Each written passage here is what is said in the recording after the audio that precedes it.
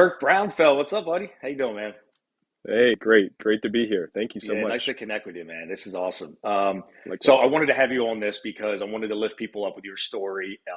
Looking at your background as a police officer, corporate security, things that people would say, "Oh, wow, this is a really tough-minded person," and then reading a children's book, and you're reading it online on social media, and you do posts about empathy every day almost, and I'm just a big fan of that. So if you wouldn't mind a little bit about empathy, what does empathy mean to you, and why? What was the motivation after all your years in military or law enforcement and corporate security?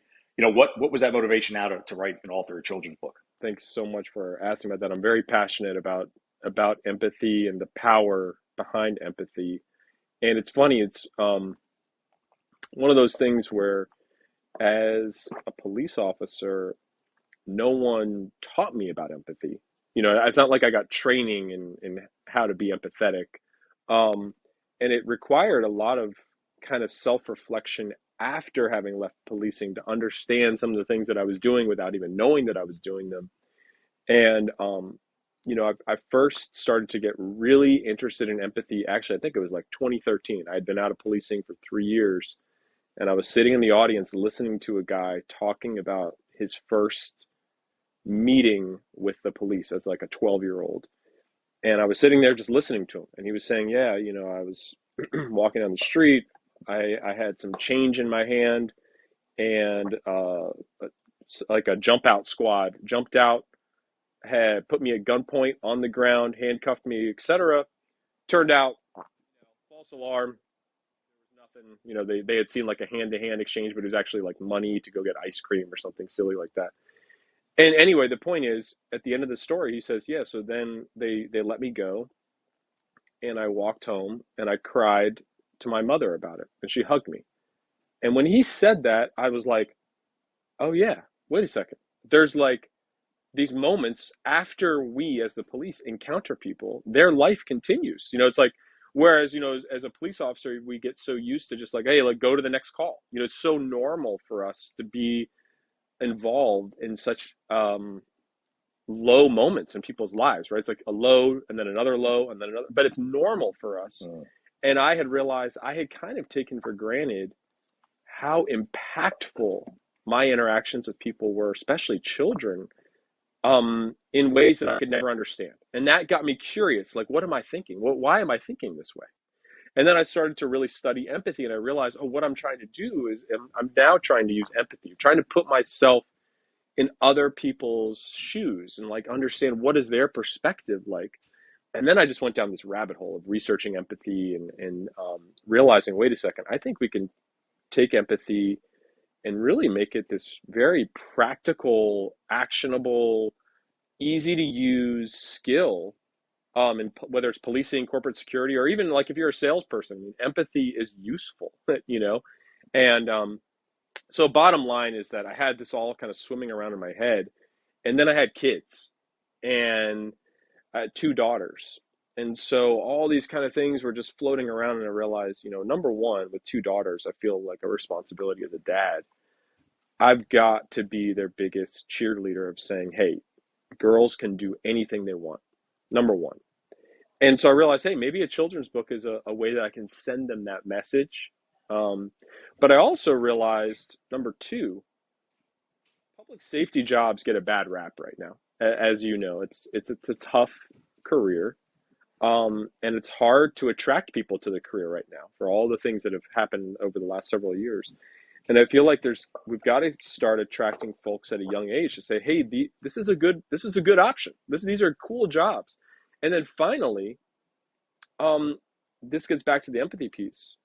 Being clear about what these jobs are not, right? So when you and I came up, we were probably in policing. We were taught more so the warrior approach of policing, right? Go out there, and sometimes you got to find that animal inside you and let it out. That whole thing. And I'm not saying that's not true, right? I There's mean, moments. Yeah. policing can be an ugly business, right? Like you gotta have the ability to turn it on and turn it Yep. off and all that kind of stuff. There's no doubt.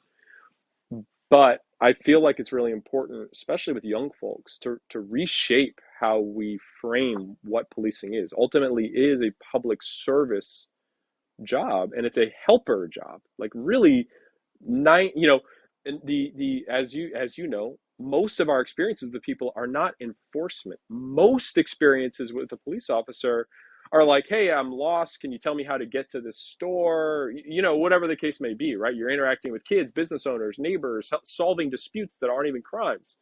And I want to make that message clear, like with this word guardian, because I really believe in this concept of guardian, like police officers are guardians. They're here to protect us. And one of the ways that police officers can do that well is by employing and deploying empathy every day, every shift. Mm. It's funny. I remember having a conversation with empathy about a police officer buddy, and he says to me, he's like, "Well, I'm just not wired that way." And I remember saying, and he's a good friend of mine. I said, "Well, then you're probably on the spectrum closer to serial killer than you are to good person." Like we're all have empathy in us. It's just I think we all feel. We all feel. I think only few of us are okay emitting or emoting that feel publicly. But I think that's where the human connections are in the community. So when you say helper and guardian, I mean that is I believe, Burke, and I want to see what your thoughts, because I know a lot of people don't believe this, but I believe in law enforcement. You can absolutely be a tough-minded person, first one on the stack, lead from the front, do what's needed to be done when it's needed to be done, like you said. Which is 20% of the time. But the other 80, I believe you can absolutely rub people's back that just lost a loved one, and you're the first one on scene, or give a number out to somebody. Hey, if you need something, give me a call. I'll be back on duty tomorrow. Those extra level of empathy, you could do both, and I feel like it's hard and it's a little intimidating how to constantly work on doing both. But and that's why I think a lot of guys or girls kind of fall into one side of the job. What do you think about that? Like, what is it? Is it Totally. a willingness to not want to do that, or a little bit of a fear?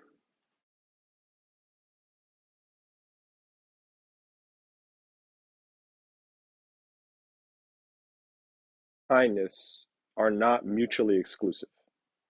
A great police officer should be both, in order to be great. So, because there is such a thing as being soft, right? But that's not being, so that would be like, I'm scared to get out of my car. I'm scared to go up and say, put your hands behind your back, you're under arrest, right? Like, then you probably shouldn't be a police officer either, right? Like, you've got to be willing to step up in those tough moments. But at the same time, you can do all of those things with a kind heart. You can arrest people with a kind heart. You can go through extremely stressful, difficult situations, even using force with a kind heart because your intentions are good, right? So I think, but that is what makes excellent police officers, right? There's a lot of people, most people in most jobs are average, right? But those who really see the clarity around that of, oh, okay, wait, um, just because I'm using these like empathy skills doesn't mean I'm any less tough. It doesn't make me a worse cop in some way. And I also think part of it is realizing how practical empathy is. And I watched someone sent me a TED talk the other day about empathy, and the guy in the TED talk was saying empathy is not an endorsement. So in the policing, we meet people all the time Mm. that we would never go out for a beer with, right? It's not like we're going to be buddy buddy and send them a text message and, hey, how's it going? I'm going to come visit you for Christmas dinner or whatever. But you don't have to be friends with people to use empathy. You don't have to love them to use empathy. Now, a lot of times we do, like with our family, we're very empathetic because of our family, but that's not that's not required. So, as an example, you arrest a guy on a murder charge, and in your mind, you hope that he confesses. You better believe you're probably going to use some empathy to try to get Hmm. that confession, right? That's purely practical. That has nothing to do with whether you like them, don't like them, nothing, right? It's just practical, right? Hey, I'm going to get you a cup of coffee. Are you comfortable? Are you thirsty? Are you hungry? Those little questions are actually empathy. You're trying to put yourself in that person's position and say, what would make them feel better right now? What would make them put them at ease? Really, you're doing it for self-serving reasons in many ways. Like, I want this guy to confess. But if we can get people to realize that empathy actually is a practical tool, it will make it much more accessible and easier and less intimidating for people to put it into practice. And there's a lot of great side benefits, right? Like Yeah. there's a lot of great reasons to use empathy because it's a nice thing to do also. But you can still be that like, that's not my thing. Okay, cool, but it'll just make you better at your job. So like even if you don't want to give someone a hug or whatever you think it is, make you a better cop. Like you're just being more effective, you know? And also like, hey, let's say you've been a cop for 10 years and you're just tired of getting into fights. Like you'll probably just get into less fights, you know, like you just won't get hurt as often, right? Because Yeah. instead of it going from 0 to 10, you pull out empathy, because I like to try to visualize empathy almost like a tool on your belt. Hey, sometimes you go for your baton, sometimes you go for your pepper spray, whatever you need. Sometimes you go for empathy. And that empathy sometimes is that de-escalating word or question or comment or action that might save you from having to use force or it going south. And so, if we can just try to visualize it as this practical tool, I think it ultimately is good for everybody. Yeah, you said this, and this reminded me of a story. So I co-facilitated a wellness class recently at the police academy. There's 30, 35 cadets. I had a friend, Abby Grasso. She's the executive director at NAMI, where I worked at in Montgomery County, Pennsylvania. Awesome, awesome person. She co-facilitated with me. Obviously, that's her profession. That's her strength. So I'm getting to the block. I'm talking about empathy and sympathy, and I'm facilitating. I'm instructing these young 20, mid 20s, early 20 cadets, and we get to sympathy and empathy. And Abby says to the cadets, "Do you guys know the difference between sympathy and empathy?" And nobody raised their hand. And then she gives a demonstration, and she gives this demonstration, which is so simple, and all of us, including, oh, well, that's a little different way to think about it than I thought about it, but it really resonates for police officers. So I'm going to just put it right here. It takes 45 seconds. If you're a leader in a police department and you experience the loss of one of your officers experiences a loss, and this is how she says it. Sympathy is this: "Hey, I'm really sorry for your loss. If you need anything, let me know." And you kind of walk away, right? Nothing wrong with that. Empathy is pulling a chair next to your officer, getting down there, maybe patting them on the back one time. "Hey, I heard about your mom or your dad, whatever. Tell me a story about it." I love to hear a great story, right? You're having a connection. It's being empathetic. Completely different things. And I think we think of our bosses as, oh, they don't care because they do sympathetic approaches. But if they came in and pulled a chair up, and this is what Abby was explaining it, and the cadets were like, I'm watching their heads. So we're not even explaining empathy right to these new police officers coming in. So what you're doing is amazing. I want to jump into the children's book. Yeah, sure, man. When Thanks. did you decide you were going to do that? Gosh, I think it was kind of swimming around in my head for over a year of like, what exactly should it be? But just having kids is such a motivator, and um, wanting to feel like, okay, how can I connect with my kids in a different way? And also, to have them have something that they can look back on 20 years from now, 30 years from now, and dust off of the bookshelf and say, oh, and the dedication is to them, So it was kind of swimming around in my head, and I wanted to figure out how can I kill a few birds with one stone, right? So it wasn't just for them, because it was also in some ways for the betterment of the profession as well, right? And the idea of I want people to see these jobs as noble professions, because I think a lot of times, these days, even a lot of police officers will say, "I would never want my child to become a cop," right? Or they themselves, "I would never do it today." You hear that a lot, and that scares me, because at the end of the day, we still need the police. Like we've got to have great. Like policing is so unique. Like you need great people to be police officers, right? Like you can't like because it's such a hard job, and I think that's what most people don't realize, just how complicated and difficult and tricky it is to jump from one thing to the next and still be great at it.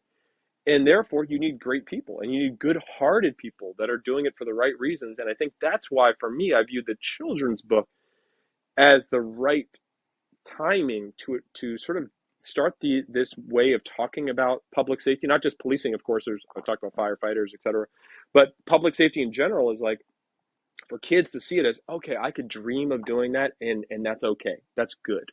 That's a positive thing to dream of, and people will be proud of me for doing it, and I can be proud of myself for pursuing a job like that, because I can actually help people. Oh man, that is legacy stuff right there. That is passing stuff down to the next generation of future police officers and first responders, passing stuff down to your children and your daughters. Burke, you're incredible. If people want to connect with you, they should connect with you on LinkedIn. You have so many more interesting stories that we just don't have time to get into. Doing pro bono work in the Congo, all your corporate security stuff. I mean, dude, you're an interesting guy. So, dude, Thanks, man. honestly, thanks Appreciate for all that. you do doing that. This whole movement was started by people like you that are seemingly out in the world, ordinary folk, but when I jump on a LinkedIn and I see Burke Brownfeld reading a children's book into the camera, it's different. It's unique. And that's the stuff that's extraordinary to me. So I just want to celebrate you and keep up the great work, man. Thank you. And thank you for everything that you do. I really appreciate it. Awesome, It's brother. impactful. Thanks, man. Be well. All the best All to right, you. man. See Great you. talking to you. Take care.